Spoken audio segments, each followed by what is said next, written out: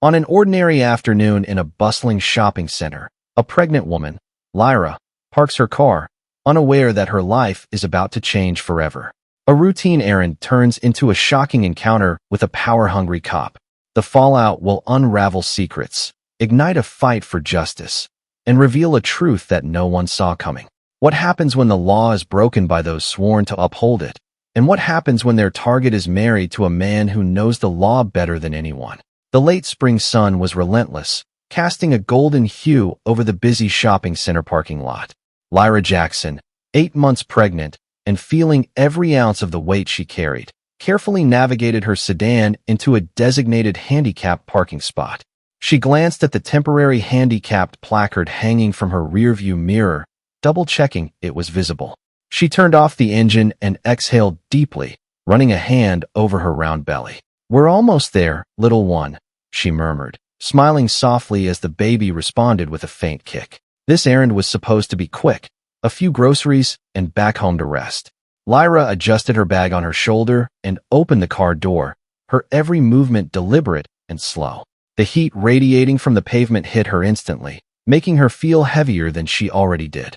A sense of unease crept in as she caught sight of a police cruiser slowly circling the lot, its lights off, but its presence undeniably intrusive. She dismissed the feeling. After all, she had done nothing wrong. Still, she couldn't shake the subtle tension that had settled in her chest. As Lyra closed the door and locked the car, the police cruiser pulled up behind her, blocking her path to the store. The officer inside stepped out, a tall, broad-shouldered white man in his late 30s, his sunglasses reflecting the afternoon sun. His badge glinted on his chest, and the name Brody was etched into the metal plate above his pocket. "Hey," he called out, his voice sharp and commanding. Lyra stopped mid-step, her heart skipping a beat. She turned to face him, her expression calm but cautious. "Yes, officer, is there a problem?" Brody walked toward her with an air of authority, his hand resting on his utility belt. "Is this your car?" he asked, pointing at the sedan. "Yes," Lyra replied, confused. "Why?" "You're parked in a handicapped spot without a valid permit," he said, his tone accusatory. Lyra blinked, then gestured toward her dashboard. "I have a temporary permit issued by my doctor. It's right there." Brody stepped closer, peering through the windshield. He snorted dismissively. "A handwritten piece of paper? That's not a valid permit." Lyra felt a flicker of irritation but kept her tone measured. "It's not handwritten. It's a printed, official temporary permit. My doctor recommended it because I'm pregnant and experiencing complications." Brody's gaze dropped to her swollen belly, but his expression remained indifferent. Pregnancy isn't a disability. A small crowd had begun to gather at a distance, sensing the tension between the officer and the visibly pregnant woman. Lyra noticed them, but remained focused on Brody. "Officer," she began, her voice firm but calm, "I don't want any trouble. I followed the rules and parked legally. Step back to your car," he ordered, now. Lyra's stomach churned with a mix of frustration and fear. "I'll comply, but I need you to understand, don't argue with me," Brody snapped, his hand moving to the taser on his belt. His raised voice startled Lyra, and she instinctively took a step back. The movement seemed to trigger something in Brody, who suddenly shouted, "Stop resisting." "I'm not resisting," Lyra said, her voice trembling now. She raised her hand slightly, trying to de-escalate the situation. "I'm just trying to explain." Brody didn't let her finish. With a quick motion, he drew his taser and fired. The prong struck Lyra in the abdomen, and an excruciating jolt of electricity surged through her body. She collapsed onto the hot asphalt, clutching her stomach and crying out in pain. The crowd gasped in horror. Someone shouted, "She's pregnant," but no one dared to approach. Brody stood over Lyra, his face a mask of self-righteous anger. "Stay down," he barked, as though she were some kind of threat.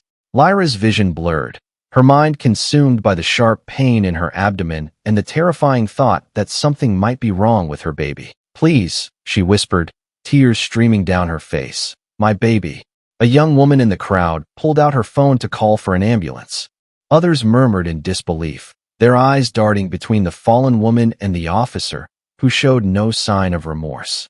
Brody radioed for paramedics with a tone of forced professionalism. "We've got a suspect down," he said, completely disregarding the fact that Lyra was neither a suspect nor a threat. The wail of sirens filled the air as paramedics arrived on the scene. They rushed to Lyra, carefully lifting her onto a stretcher, her hands never leaving her belly, even as they strapped her in. "What happened?" one of the paramedics asked, looking at Brody. "Resisting arrest," Brody said curtly, crossing his arms. The paramedic's eyes flicked to Lyra, her pale face etched with pain. "She's pregnant," he said pointedly, his tone heavy with disapproval. Brody didn't respond. He turned back to his cruiser, writing up a report as though this were just another routine call. Lyra's last conscious thought as the ambulance doors closed was of her husband, Simon. He would know what to do. He always did. But as darkness took over, a single question echoed in her mind. How had this happened?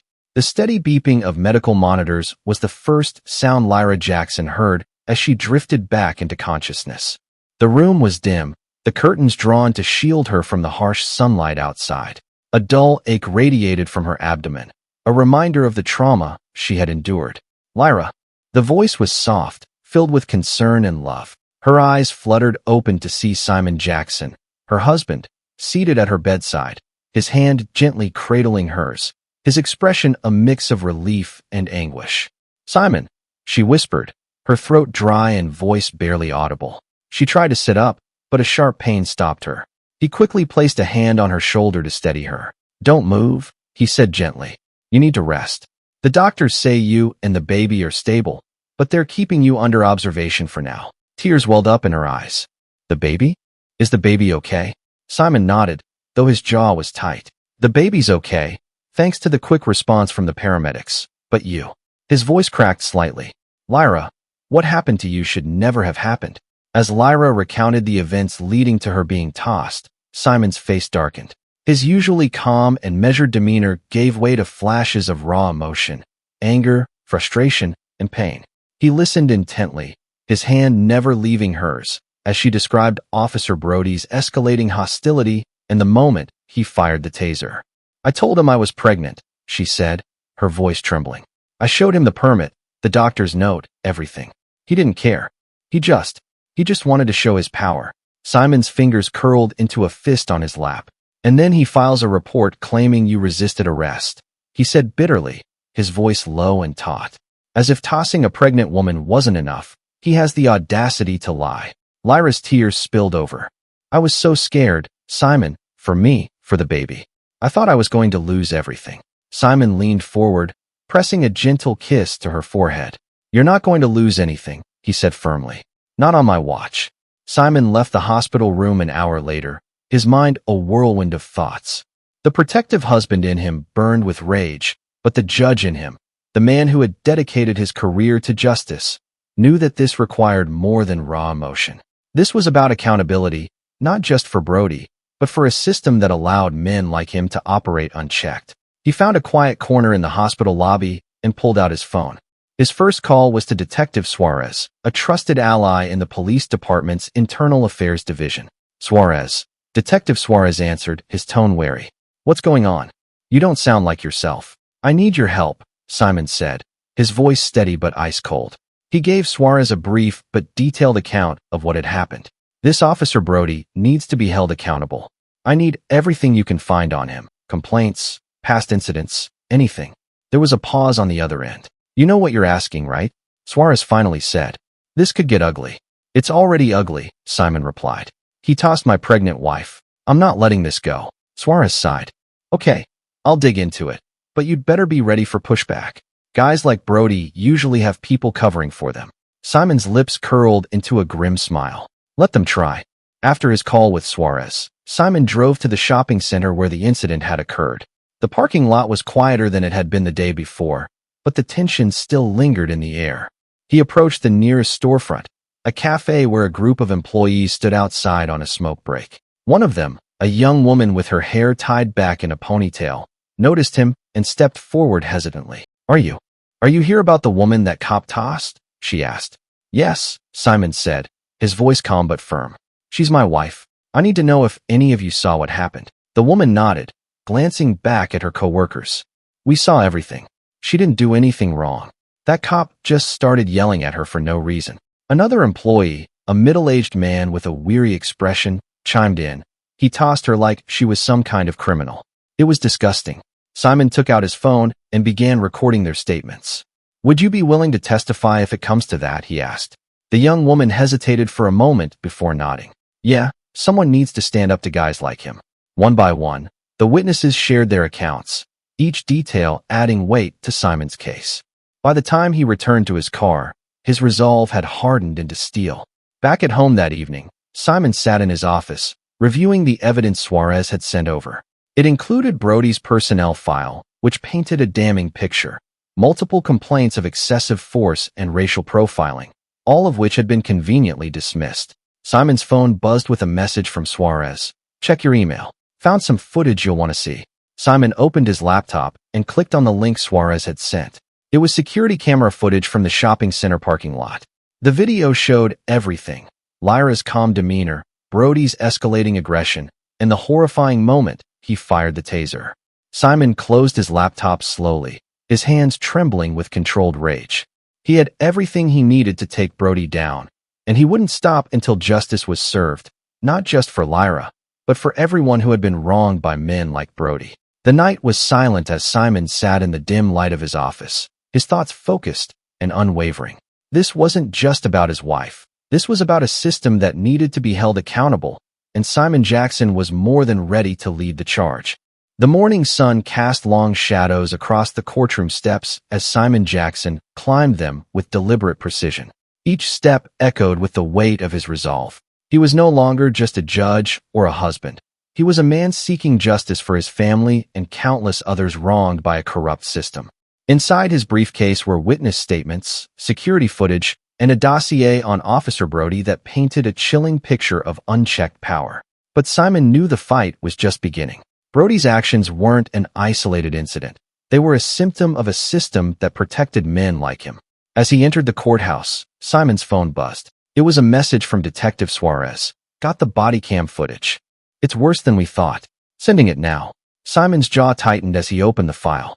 The video showed Brody's perspective during the incident, his voice dripping with disdain, his actions escalating with reckless abandon. But what stood out most was the cruel smirk on Brody's face as he pulled the trigger on the taser, completely indifferent to Lyra's pleas.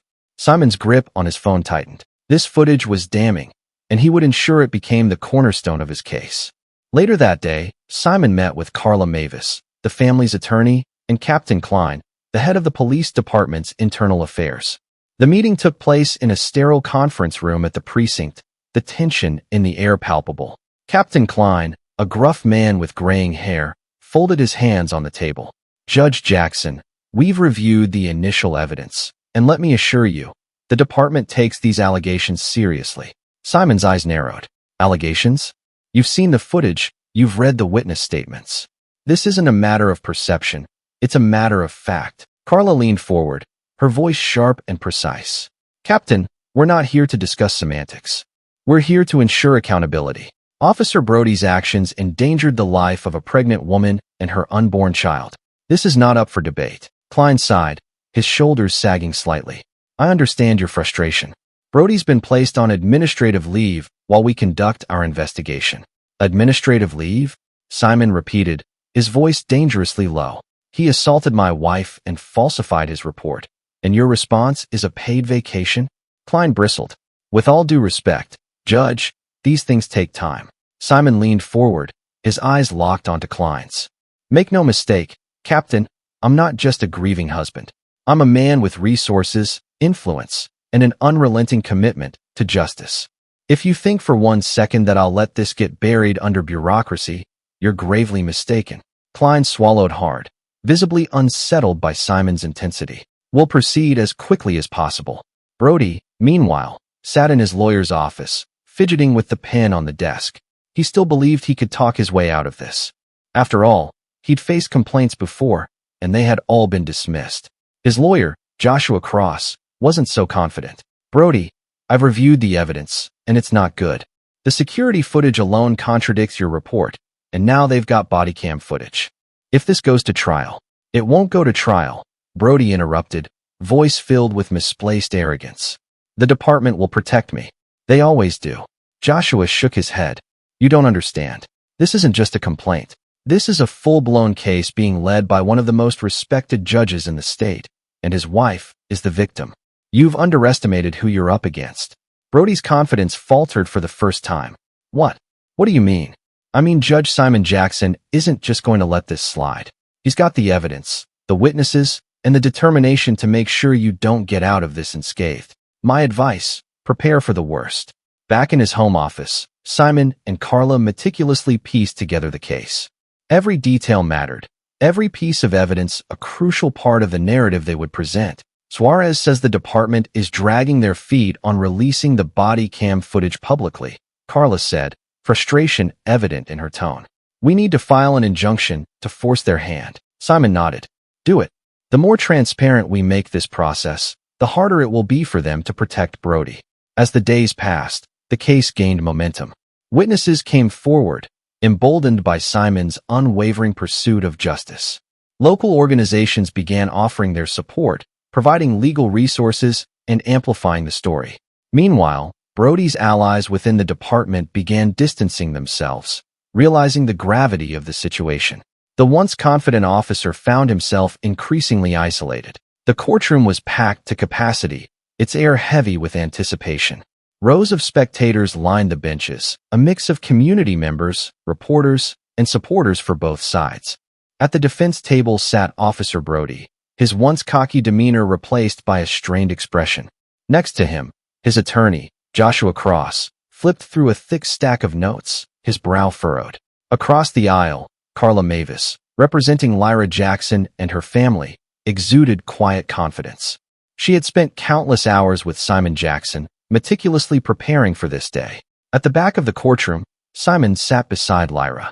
Though he wasn't directly involved in the proceedings, his presence was a statement, a silent but powerful reminder of what was at stake. Lyra sat quietly, her hands resting on her belly, her eyes fixed on Carla. All rise. The bailiff's voice boomed as the judge entered. Everyone stood as Judge Helen Klaus, a seasoned and respected figure, took her seat. Her sharp eyes scanned the room, pausing briefly on Brody before she spoke. You may be seated, she said.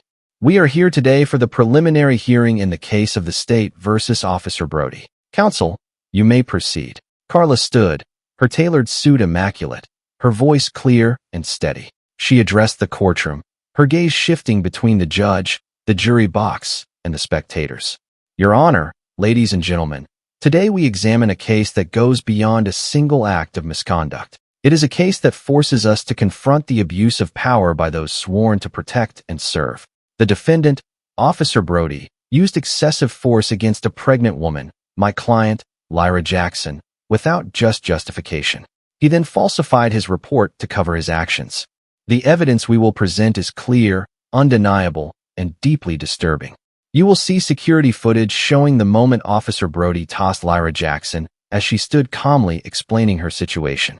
You will hear witness testimonies from people who were there, who saw everything. And you will review the body camera footage that shows not only the event but the contempt with which Officer Brody approached his duty that day. Carla paused, letting the weight of her words settle.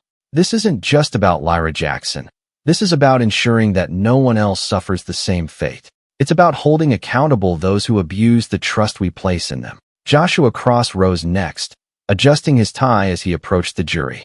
His tone was measured but lacked conviction. Ladies and gentlemen, he began, what happened on the day in question is indeed regrettable. However, my client, Officer Brody, was simply doing his job under difficult circumstances. He believed he was dealing with a non-compliant individual, and his actions, while unfortunate, were not malicious. We ask you to consider that officers often make split-second decisions in stressful situations. He turned to the judge. The defense intends to show that Officer Brody's actions, while imperfect, were not criminal. We will demonstrate that there is more to this story than the prosecution's narrative. As Cross returned to his seat, murmurs rippled through the spectators. Simon exchanged a glance with Carla, whose expression remained calm but resolute. Carla wasted no time presenting her case. She called her first witness, T. Nguyen, one of the cafe employees who had witnessed the incident. Miss Nguyen, Carla began, can you describe what you saw on the day in question? T. nodded, her voice steady despite the nerves. I saw Officer Brody approach Lyra Jackson. She was calm, explaining herself, but he kept yelling at her. She wasn't doing anything wrong. She even showed him her permit and a doctor's note. And what happened next? Carla pressed. He pulled out his taser, T said, her voice trembling slightly. She told him she was pregnant, but he didn't care. He just tossed her. She fell to the ground, holding her stomach. Carla nodded. Thank you, Miss Nguyen. No further questions. Cross's cross-examination was brief and ineffectual, focusing on minor details that did little to undermine T's testimony. The jury remained unmoved. The moment everyone had been waiting for arrived. Carla turned to the judge. Your Honor, I would like to submit into evidence the body camera footage from Officer Brody's device. Judge Klaus nodded. Proceed. The lights dimmed as the footage played on a large screen. The courtroom fell silent as Brody's actions unfolded in stark detail. His hostile tone, dismissive comments, and eventual use of the taser were all captured. The footage ended with Lyra on the ground, crying out for her baby. When the lights came back on, the atmosphere in the room was electric. Carla let the silence linger before speaking. This, she said, her voice heavy with emotion, is what Lyra Jackson endured. This is what Officer Brody did. This is what we must not tolerate. Finally, it was Brody's turn to testify. His lawyer had coached him to appear remorseful, but under Carla's relentless cross-examination, his facade crumbled. Officer Brody, Carla began. Did you hear Lyra Jackson say she was pregnant? Brody hesitated. I don't recall. Carla raised an eyebrow. You don't recall, or did you choose to ignore it? Brody shifted uncomfortably. I thought she was being difficult. I didn't know if she was telling the truth. So your response was to use a taser on a woman who posed no threat, who was standing still, explaining herself calmly? Brody stammered. She was resisting. Carla cut him off. Resisting what, Officer Brody? She showed you her permit. She offered to explain. What exactly was she resisting? Brody had no answer. The courtroom was silent, the weight of his actions hanging heavily in the air. Brody's lawyer objected, but the damage was done.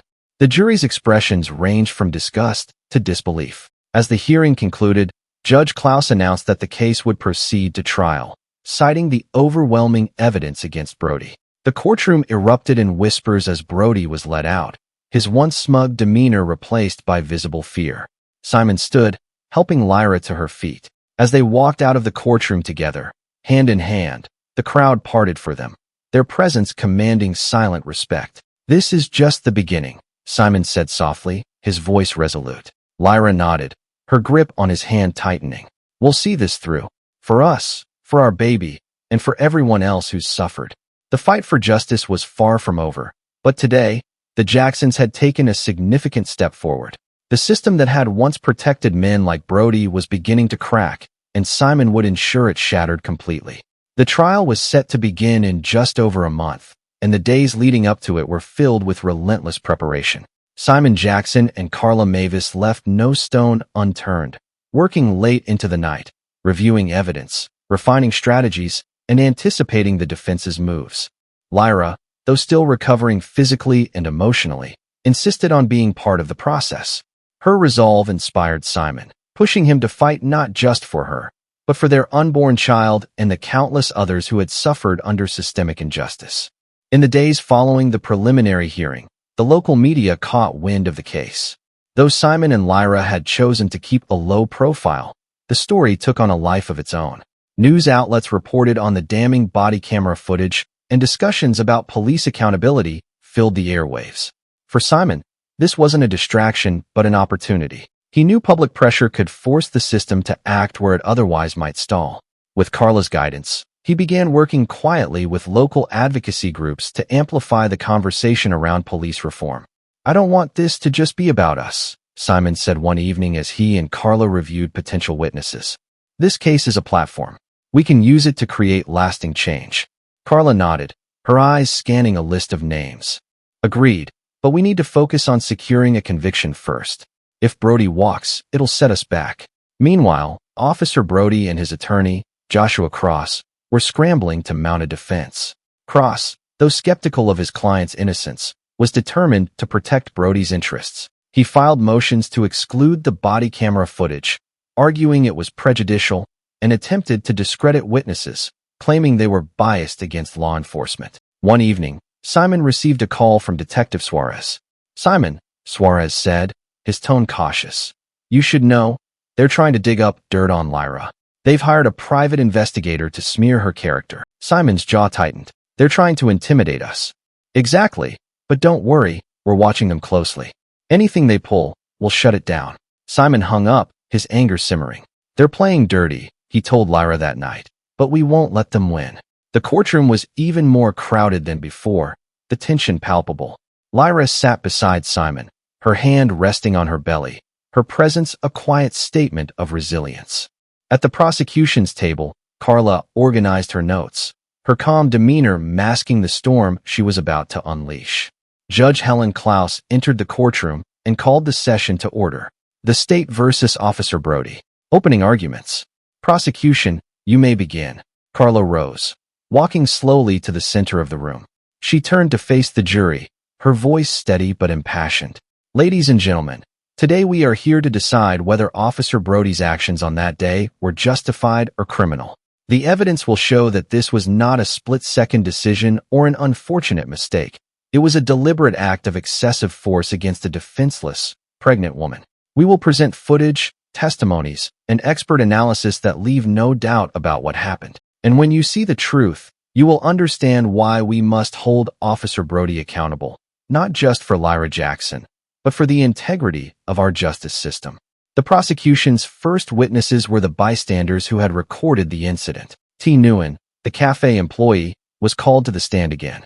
Miss Nguyen, Carla began.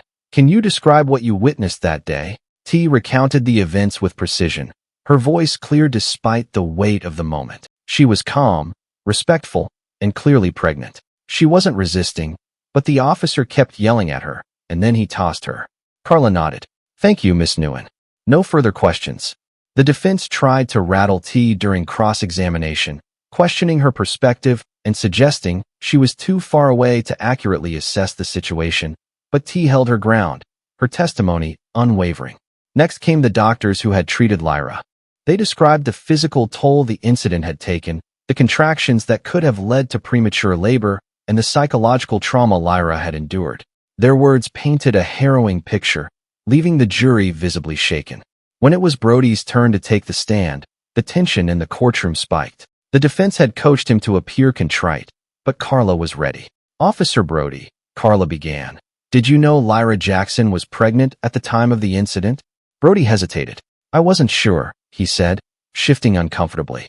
She claimed she was, but I couldn't verify it. Carla took a step closer, her voice calm but cutting. You couldn't verify it? She was visibly pregnant, wasn't she? Brody hesitated. I didn't know if she was lying. So you assumed she was lying, and based on that assumption, you decided to use a taser? Brody stammered. She was resisting. Carla cut him off. Resisting what, Officer Brody? She showed you her permit. She offered to explain. What exactly was she resisting? Brody had no answer. The courtroom was silent, the weight of his actions hanging heavily in the air. Carla's closing argument was a masterclass in precision and emotion. She walked slowly across the courtroom, her voice steady but impassioned. This case is not just about Lyra Jackson. It's about a system that allows those in power to act without accountability.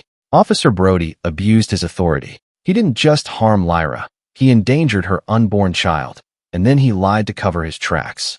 We ask you, the jury, to send a message that this kind of behavior has consequences, a message that justice will prevail. The jury deliberated for 2 days. The courtroom was silent as everyone awaited their decision. When they returned, the foreman stood, holding the verdict slip. On the charges of aggravated assault, falsifying a police report, and endangerment of an unborn child, we find the defendant guilty on all counts. A collective gasp rippled through the courtroom. Brody slumped in his seat, his face pale. Lyra gripped Simon's hand, tears streaming down her face. Justice had been served. Brody was sentenced to 15 years in prison, his career and reputation destroyed.